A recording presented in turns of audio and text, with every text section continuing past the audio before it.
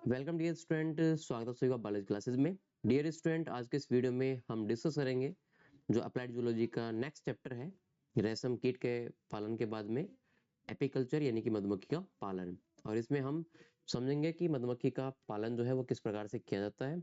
साथ ही साथ जो मधुमक्खी है, इंसेक्ट है, इसका क्लासिफिकेशन क्या रहेगा और इंडिया के अंदर या फिर पूरे वर्ल्ड में कौन कौन सी ऐसी स्पीसीज है जिनसे कि हम हनी या फिर वैक्स जो है वो प्राप्त कर सकते हैं।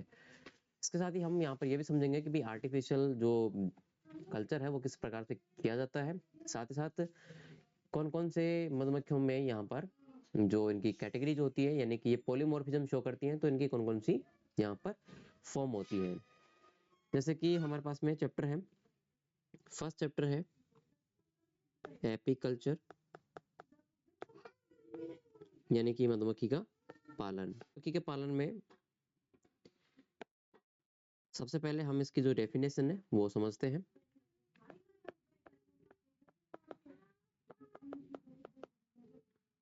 ठीक है, डेफिनेशन होती है कि जो साइंटिफिक मेथड होता है,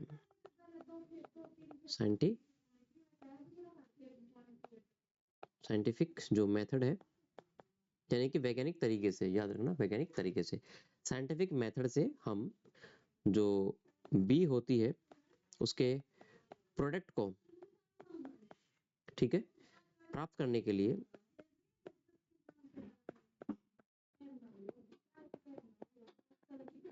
आर्टिफिशियली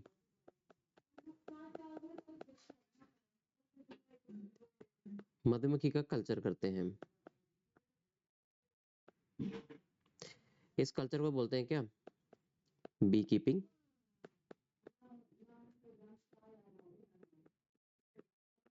या फिर एपीकल्चर। ठीक है, यानी कि मधुमक्खी को पाल करके उससे उसके जो प्रोडक्ट है वो प्राप्त कर रहे हैं, इसे हम क्या बोल रहे हैं, एपीकल्चर। इसमें इनके जो प्रोडक्ट है ना, उनको देख लेते हैं कौन कौन से प्रोडक्ट हैं। तो इनके जो प्रोडक्ट है वो यहाँ पर मोस्टली दो हैं, एक तो है हनी और दूसरा इसका वैक्स। ठीक है, दोनों प्रोडक्ट क्या है, बहुत ही कॉस्टली है और बहुत ही यूजफुल भी रहते हैं। इसके बाद में नेक्स्ट बात करते हैं कि जो कंट्री ये है, ठीक है, जिसमें अमेरिका जो है वो बहुत पहले से ही इसका कल्चर जो है वो किए आ रहा है। इंडिया जो है वो अभी न्यू कंट्री में शामिल हुआ है, यानी कि न्यू कंट्री है जो एपीकल्चर करना स्टार्ट किया है। इसके अलावा अगर आप देखोगे अमेरिका है, कनाडा है, जापान है और भी बहुत सारे कंट्रीज हैं जो बी कीपिंग या फिर एपीकल्चर करते हैं। इंडिया जो है वो अभी नया कंट्री है, ये इसके ऊपर क्वेश्चन आ सकता है भाई कौन सी नवीन जो कंट्री है या नवीन जो देश है जिसने एपीकल्चर भी स्टार्ट किया है। तो इंडिया जो है उसने अभी स्टार्ट किया है। इसके बाद में हम समझते हैं कि जो बी है यानी कि हनी बी, ये एक प्रकार का कीट है। क्या ये इंसेक्ट, और टेक्सोनोमी के अकॉर्डिंग इसका जो अरेंजमेंट होता है या फिर इसका जो क्लासिफिकेशन है वो कैसा रहने वाला है, टेक्सोनोमी क्लासिफिकेशन।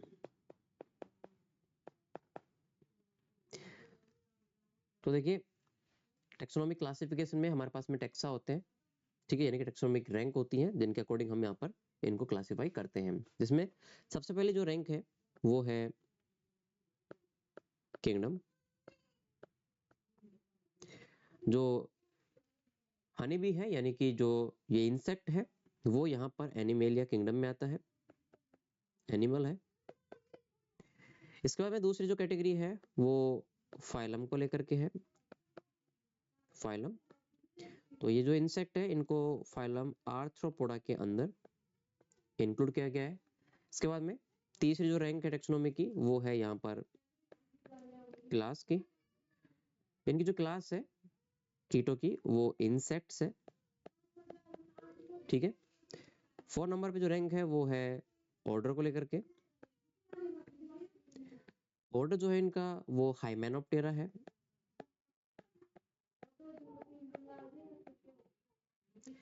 पांचवी जो रैंक है वो फैमिली को लेकर के है। फैमिली फैमिली जो है इनकी वो एपीडी है।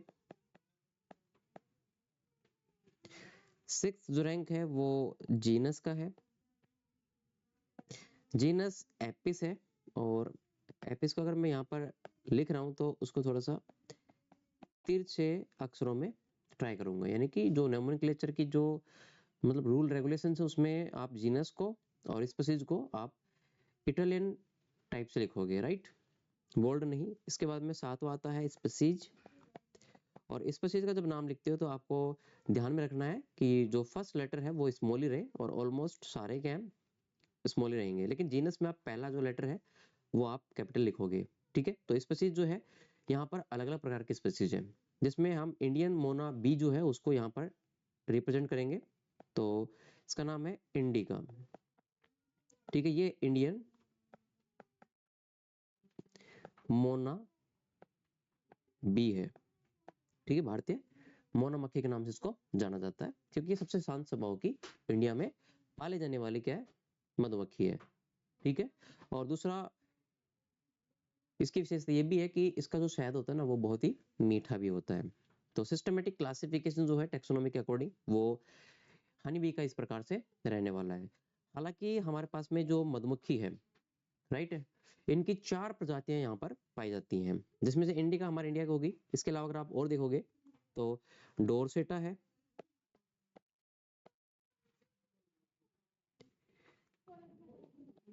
फ्लोरिया है, और मेली फेरा है। ठीक है, डोरसेटा वाले जो स्पीसीज है ना ये सबसे खतरनाक स्पीसीज है। इसे हम बॉम्बारा या फिर इसको हम सारंग के नाम से भी जानते हैं, सारंग। ठीक है, फ्लोरिया जो आप यहाँ पर देख रहे हो, फ्लोरिया ये यूरोप मधुमक्खी है। मेलीफेरा जो है ये भी जो विदेश है वहां की मक्खी है। ठीक है,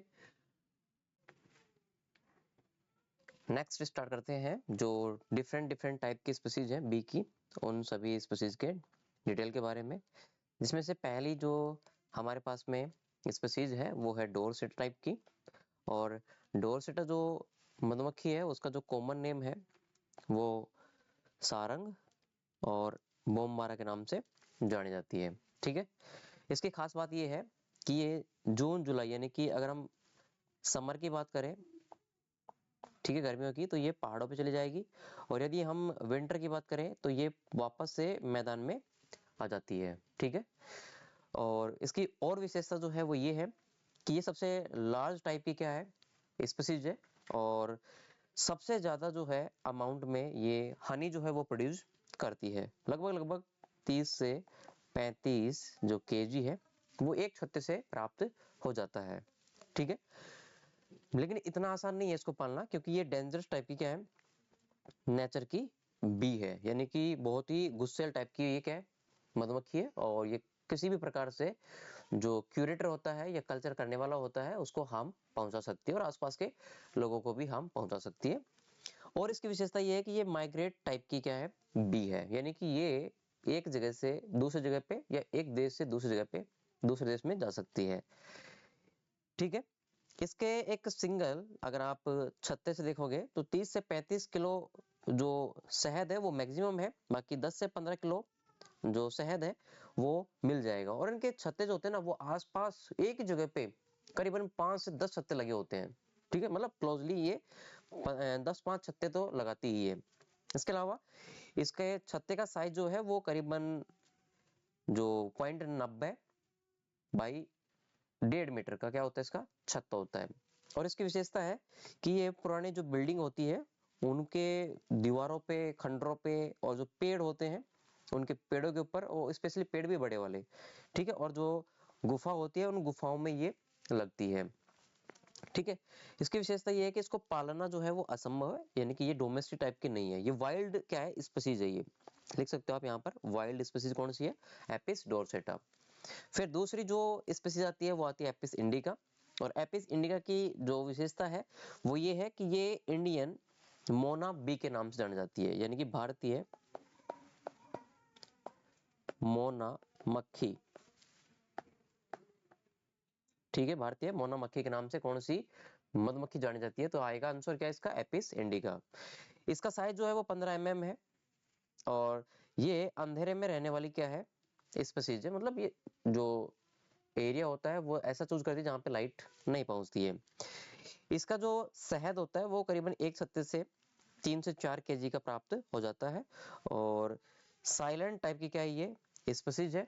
इसके अलावा ये इंडिया में सबसे बेस्ट स्पीसीज है जिसका कल्चर जो है वो इंडियंस करते हैं। ठीक है, ये कहाँ कहाँ पाई जाएगी? तो ये कुएं में लग जाती है। ठीक है, पुराने जो कुएं होते हैं जो बंद हो चुके होते हैं उनमें लग जाती है। ठीक है, साथ ही जो मिट्टी के बर्तन होते हैं, मिट्टी के बर्तन, उन बर्तनों पे भी ये लग जाती है। साथ ही साथ जो बिल्डिंग होती है या इमारत होती है, पुराने खंडर होते हैं, ठीक है, उनकी दीवारों पे भी ये लग जाती है।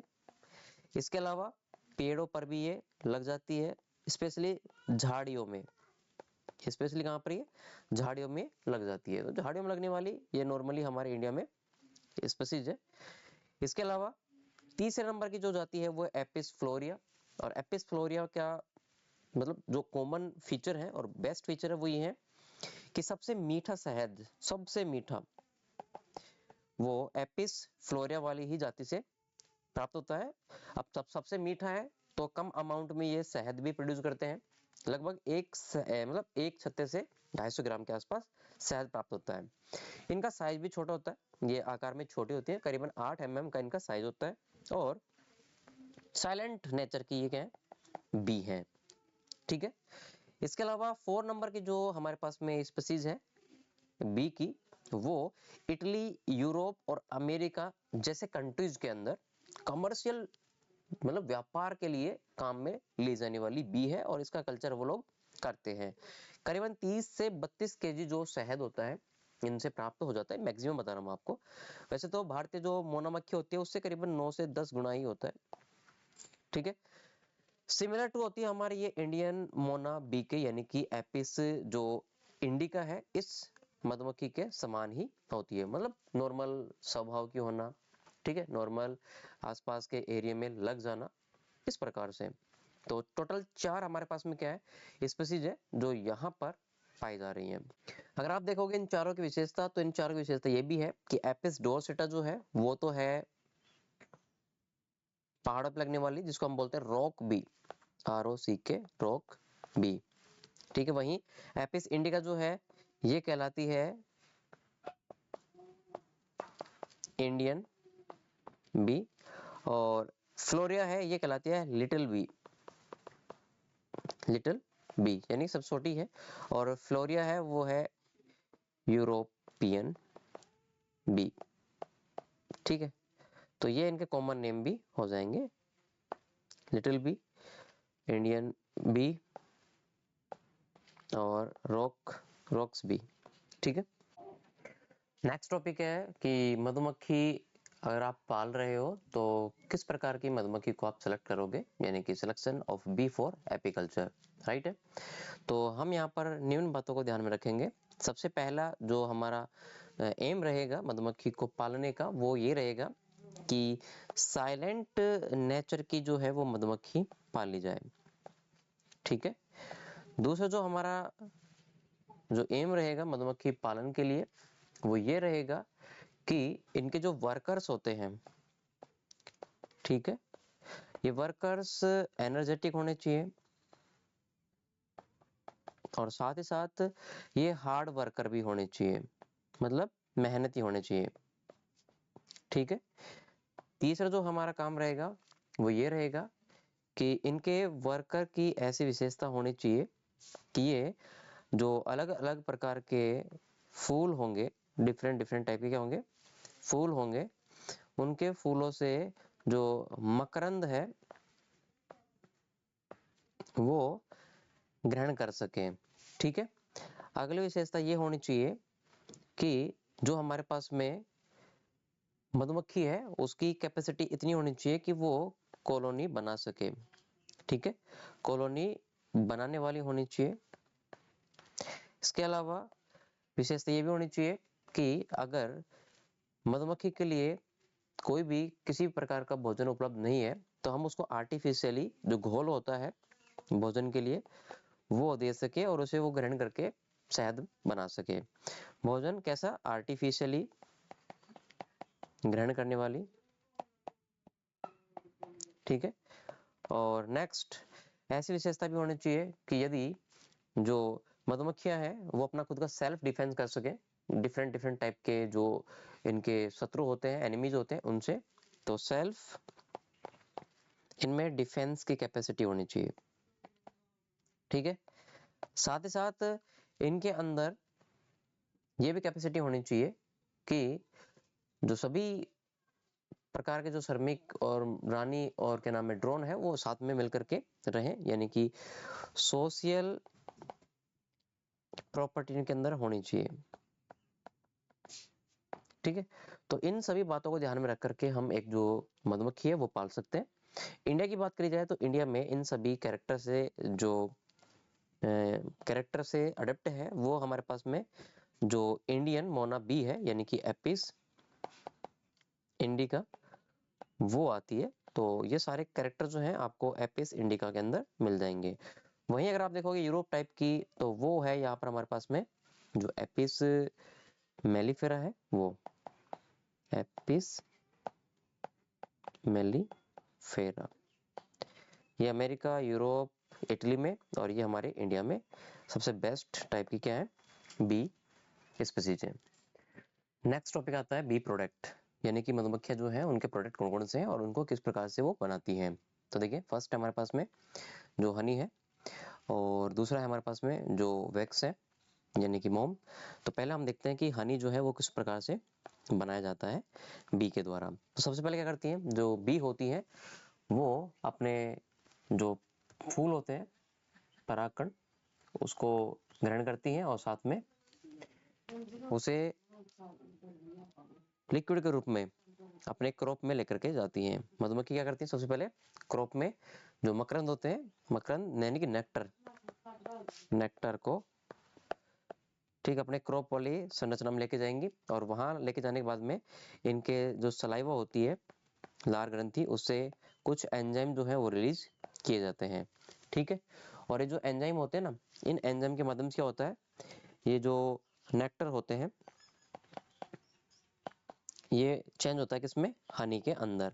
अब कौन कौन से यहाँ पर एंजाइम्स हैं उनको यहाँ पर नोट कर लेते हैं, जिसमें से पहला है हमारे पास में जो ग्लूकोज और फ्रक्टोज को चेंज करने वाला होता है जिसका नाम है इनवर्टेज, इनवर्टेज, ठीक है। दूसरा है हमारे पास में सेकंड नंबर का जो है वो हमारे पास में ग्लूकोज ऑक्सीडाइज,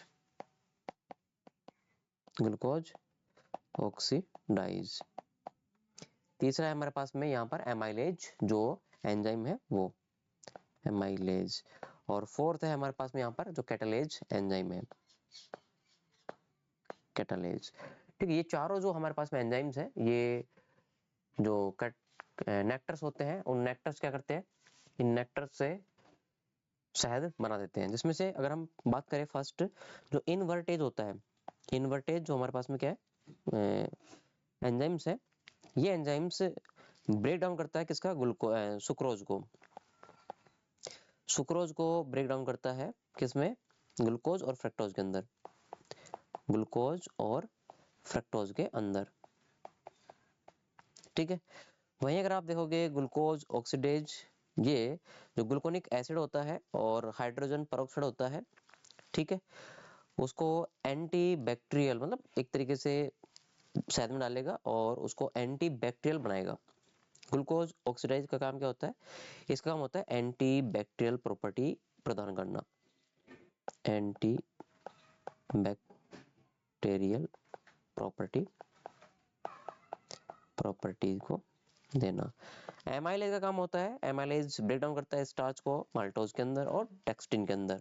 एमाइलेज ये करता है जो माल्टोज होता है, माल्टोज को ब्रेक डाउन करता है किसमें, हमारे पास में जो सॉरी माल्टोज को नहीं, ये जो है वो स्टार्च होता है, स्टार्च, उसको आप ब्रेक डाउन करता है, स्टार्च, इस स्टार्च का break down maltose, maltose and तो दूसरा है डेक्सट्रिन में, डेक्सट्रेन्स में, ठीक है। वहीं अगर आप देखोगे नेक्स्ट, और इसके अलावा चलो मैं इसको यहाँ से थोड़ा सा हटा करके इधर ड्रॉ कर देता हूँ इनके काम को,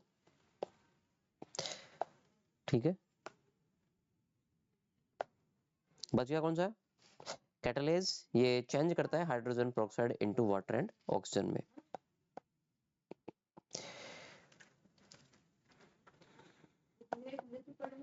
हाइड्रोजन पेरोक्साइड,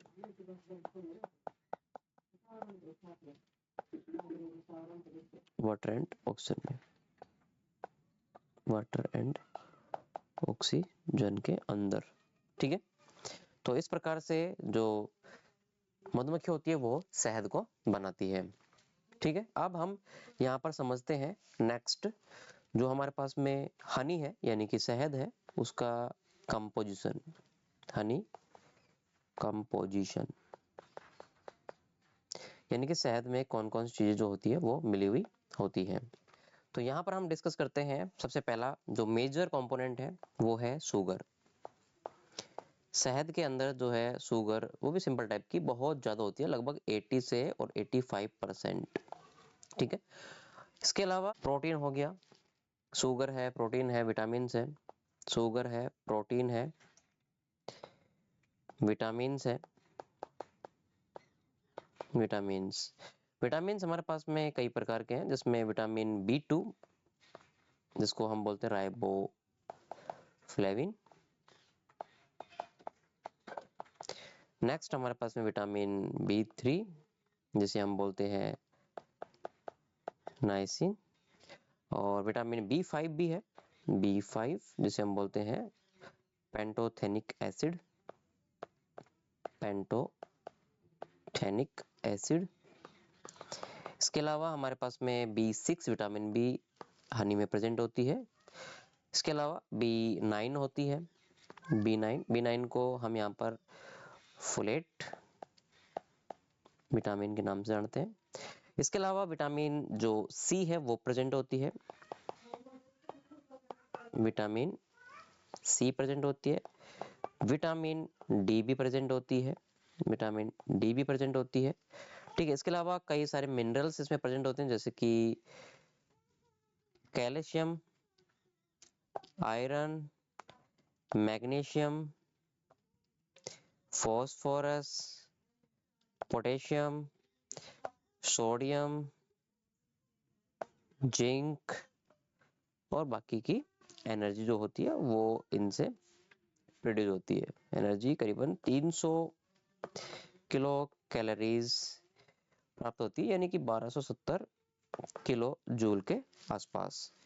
तो अगर आप देखोगे यहाँ पर क्वांटिटी भी मैं यहाँ पर लिख देता हूँ, करीबन आप यहाँ पर देखोगे 80 से और 90 ग्राम, अगर हम बात करें 100 ग्राम में से, तो 80 से और 90 यानी कि 90 ग्राम आपको कार्बोहाइड्रेट्स यानी कि शुगर मिल जाएगा। बाकी का जो है वो, अच्छा इसमें फाइबर भी होता है, विटामिन यहाँ पर क्या होता है, फाइबर्स भी इनमें प्रेजेंट होता है, फाइबर, ठीक है, फाइबर में पाया जाता है, प्रोटीन भी पाया जाता है, बाकी के आयंस जो है वो भी पाए जाते हैं। तो सोडियम जो होता है वो यहाँ पर 4 ग्राम, सोडियम की मात्रा जो है वो करीबन 4 ग्राम होती है, अगर आप 100 ग्राम में अगर आप निकाल रहे हो तो, ठीक है। मैग्नीशियम जो होता है वो 2 ग्राम के आसपास होता है, और कैल्शियम जो है वो 6 ग्राम के आसपास होता है, ठीक है।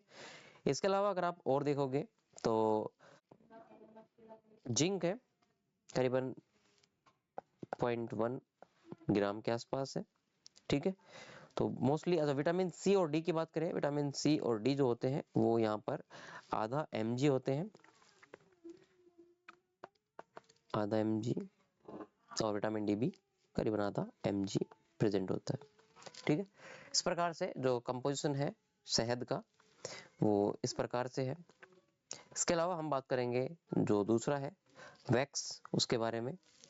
नेक्स्ट टॉपिक है वैक्स का कंपोजिशन, यानी कि वैक्स में कौन कौन से कंपोनेंट जो है वो प्रेजेंट होते हैं। ठीक है, तो यहाँ पर वैक्स में कंपोजिशन को बताने वाला साइंटिस्ट जिसका नाम था चिबनान।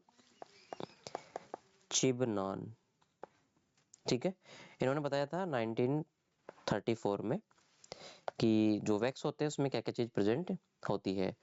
तो देखिए इनके अकॉर्डिंग पहला नंबर पे जो है वो कार्बन 24 से लेकर के कार्बन 36 तक के, ठीक है, सभी एल्कोहल्स प्रेजेंट होते हैं। दूसरा है इसमें कार्बन 24 से और कार्बन 34 यानी कि 34 तक के सारे फैटी एसिड्स प्रेजेंट होते हैं, यानी कि अल्कोहल पाया जाता है वैक्स के अंदर, फैटी एसिड पाया जाता है वैक्स के अंदर। और साथ ही साथ तीसरा जो पॉइंट है वो यहाँ पर कार्बन जो 23 से लेकर के कार्बन 37 तक के, ठीक है, सारे के सारे जो नॉर्मल पैराफिन है वो प्रेजेंट होते हैं, नॉर्मल पैराफिन प्रेजेंट होते हैं। ठीक है, ये सारे के सारे जो हैं वो वैक्स के अंदर प्रेजेंट कंपोनेंट्स हैं जो पाए जाते हैं। नेक्स्ट टॉपिक है हमारे पास में जो शहद है यानी कि हनी है, उसके उपयोग कहाँ कहाँ होते हैं। तो हनी के जो उपयोग है उसको हम यहाँ पर डिस्कस करेंगे। ठीक है, जो शहद है वो कहाँ कहाँ काम आता है। तो देखिए फर्स्ट जो है हमारे पास में जो हनी का उपयोग होता है वो सबसे ज्यादा तो होता है किसमें, स्वीटनर में, स्वीटनर के अंदर। ठीक, इसको बोलते हैं मिठाइयों के रूप में, और मोस्टली जो है वो मीठा प्रयुक्त, हनी का उपयोग जो है मीठा प्रयुक्त के लिए किया जाता है। दूसरा है होम रेमेडी के अंदर, होम रेमेडी मतलब भाई घरेलू जो उपचार होते हैं ना उसके अंदर किया जाता है। तीसरा है एंटीऑक्सीडेंट के, एंटीऑक्सीडेंट एंटीऑक्सीडेंट में भी इसका उपयोग करते हैं। इसके बाद में एंटी जो इन्फ्लामेटरी होती है उसके अंदर भी इसका उपयोग होता है, एंटी इन्फ्लामेटरी। ठीक है, नेक्स्ट एंटी बैक्टीरियल में भी इसका उपयोग होता है, एंटी बैक्टीरियल में भी इसका उपयोग होता है। नेक्स्ट जो एनर्जी सोर्स है उसमें भी इसका इस्तेमाल किया जाता है, एनर्जी सोर्स में भी इसका इस्तेमाल किया जाता है। ठीक है, ये बहुत सारे हमारे पास में क्या है इसके उपयोग हैं। बाकी की अगर आप देखोगे तो भाई होम रेमेडी के अंदर, तो होम रेमेडी के अंदर कई सारी चीजें हैं, जैसे कि बर्न जब होता है तो उसमें भी इसका उपयोग किया जाता है। इसके अलावा ड्राई जो आई जो होती हैं उसके ट्रीटमेंट के लिए भी होता है। कोल्ड जो सोर्स है उसके अंदर भी इसका इस्तेमाल होता है। ठीक है, इसके अलावा जो कफ है उसको निकालने के लिए भी इसका इस्तेमाल किया जाता है। ये हमारे पास में क्या है, इसके उपयोग है। बाकी के हम जो मधुमक्खी का कल्चर है उसमें काम आने वाले कौन कौन से उपकरण है, मधुमक्खियों के एनिमीज कौन कौन से हैं, इन सभी को हम नेक्स्ट पार्ट में डिस्कस करेंगे।